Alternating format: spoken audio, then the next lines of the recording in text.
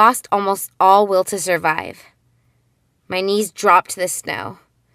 I heard the last of Anna's screams before she was finally killed. It was almost as if the creature wanted me to hear Anna suffer and knew there was nothing I can do about it. The only other option at that point was to jump and hope that I would reach the bottom of the mountain safely.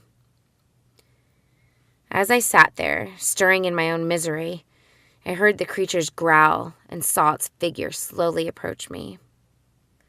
All my drive had escaped me, and besides, even if I wanted to leave at that point, I probably couldn't have outrun the creature. The creature stood over me. My head was bent down, my eyes were fixed on the snow. The creature reached one of its large hands down towards me and started to wrap its long, gray, old-looking fingers around my neck. But unexpectedly, a second figure intervened and a grand brawl began. I watched as the horned creature bit its teeth into the colossal ape figure's shoulder. The ape figure bellowed and pried the horned creature's mouth open. The ape figure punched the creature in the face and they pushed against one another. The ape figure, for a few moments, pushed back the creature. But the creature pulled the large ape to the ground and dashed towards me. I backed away, but the creature was stopped again. The large ape pulled on the creature's ankle before forcing him to the ground. The large ape dragged the creature away from me. The creature turned on its back to face the ape figure and kicked the ape figure several feet into the air and was stopped by a tree. It snapped and a large majority of it fell to the ground. The creature chased after the ape figure as it slowly jogged back at the creature.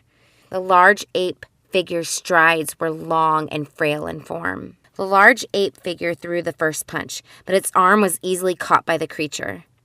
The creature slammed the large ape figure onto the fallen tree stem and started brutally punching it in the face and pounding its arms onto the ape's chest. The ape figure looked over to the torn tree stump. The top of it had several sharp wooden spikes. The ape figure looked back at his foe, and as it rose its arm up to pound on the large ape's chest once more, the ape reached out with his hands and caught the creature's arms.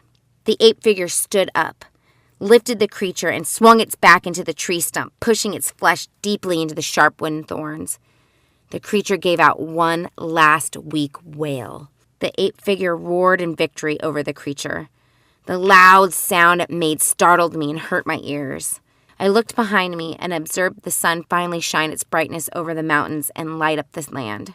But my mood hadn't changed. I turned back around and sat still, staring down at the snow without a care in the world.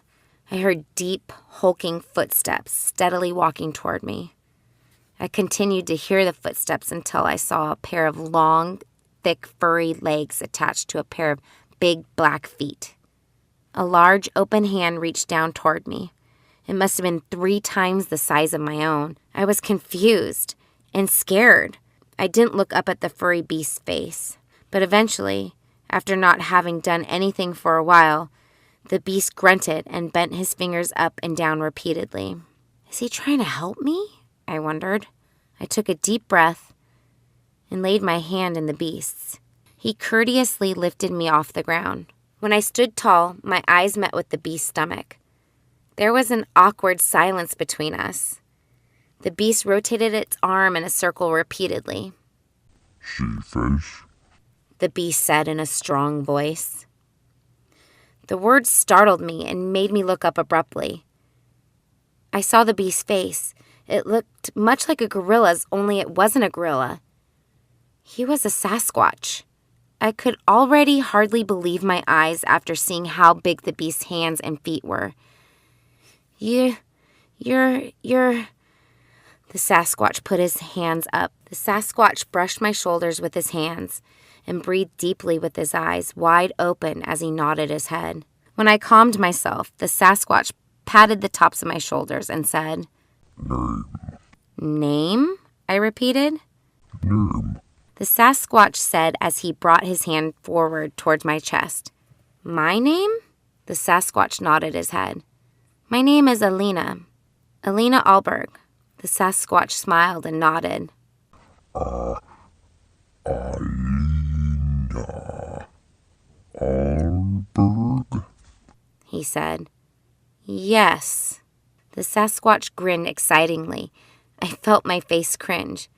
What the hell is happening here? I thought to myself. The Sasquatch placed his hand over his heart and said, Oadrick. Oadrick. Your name is Oadrick. The Sasquatch grinned and jogged in place joyfully while clapping his hands. I felt like I was interacting with a 7-foot-tall child, a gentle giant. The situation I was in was the last one I had expected to see myself in at the end of this long and traumatizing journey. The Sasquatch looked back and gestured with his hand to all that the eye could see. Oadrick's Pass. The Sasquatch looked back at me.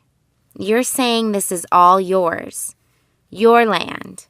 Oadrick's. Oadrick pointed behind me and looked straight ahead. I turned around slowly to see what he was pointing at. As the sun's light shone upon it, I saw that the only way out to and from the mountain had been caved in by large clusters of ice and rock. Alina's Pass. Blocked.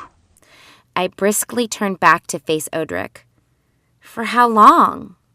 Much time. How long exactly? Much time. Oadrick repeated.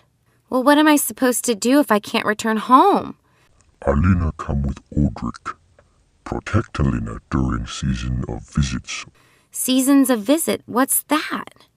Dangerous times for Alina and Alina's people on Oadrick's Pass. If dangerous times are coming, then why didn't you make a bigger effort in trying to protect, or better yet, warn me and my friends? Oadrick looked back in guilt. Because Alina and Alina's people not supposed to know about Oadrick or Oadrick's people. Oadrick tried to warn Alina and Alina's friends. Oadrick sorry Alina's friends die. Oadrick so sorry. The Sasquatch began to cry. He wiped away his tears. Oadrick protect Alina until safe for Alina to leave. Oadrick lent me his hand. I almost pitied the Sasquatch. He seemed such a monumental and fearsome thing, yet there it stood crying for the death of my friends, and he didn't even know them, not a single one. That pity quickly turned into gratitude. Oadrick teach Alina to survive Oadrick's Pass. Oadrick teach Alina to be Sasquatch. Alina come and live with Oadrick's people. I took Oadrick's hand. Oadrick smiled, and together we walked side by side. Ever since that day, Oadrick has kept his word about protecting me. That was all of 5 years ago. The entrance to the mountain is still blocked off, and survival has not been easy. But every day, I grow stronger. I don't usually think of home anymore, but one thing I always wonder about is if Yuri ever made it home safely after all. Perhaps one day, when I can return home myself, I'll see him again. Until then, I'll have to survive the rest of the visit season.